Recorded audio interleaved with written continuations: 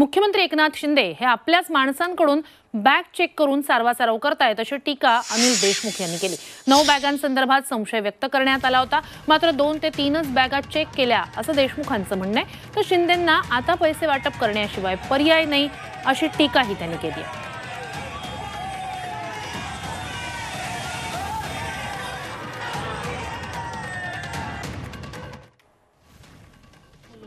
ज्या पहिले 9 बॅगा गेल्या त्याच्याबद्दल संशय व्यक्त केला। मग काहीतरी सावरासावर करायची, 2-3 बॅग घेऊन जायचे, त्याची आपल्याच सांगून द्यायचं की त्याची तपासणी करा आणि महाराष्ट्राला दाखवा की आम्ही असं बॅगेमधले पैसे घेऊन आता सगळ्यात याला माहीत आहे की यांच्यासमोर फक्त एकच पर्याय, पैसे वाटप करण्याशिवाय यांच्यासमोर कोणताही पर्याय नाही। सगळ्यात याला माहीत आहे की यांच्यासमोर फक्त एकच पर्याय, पैसे वाटप करण्याशिवाय यांच्यासमोर कोणताही पर्याय नाही त्याचा। आणि पैसे वाटपाच्या बाबतीत हे ज्या मतदारसंघामध्ये त्याचा वापर करता येईल त्या पद्धतीनं पैशाचा वापर करतायत। पण महाराष्ट्राची जनता सुज्ञ आहे, यांनी किती प्रयत्न केला तरी त्या पैशाला सुद्धा महाराष्ट्राची जनता बळी पडणार नाही अशा प्रकारचं चित्र आहे।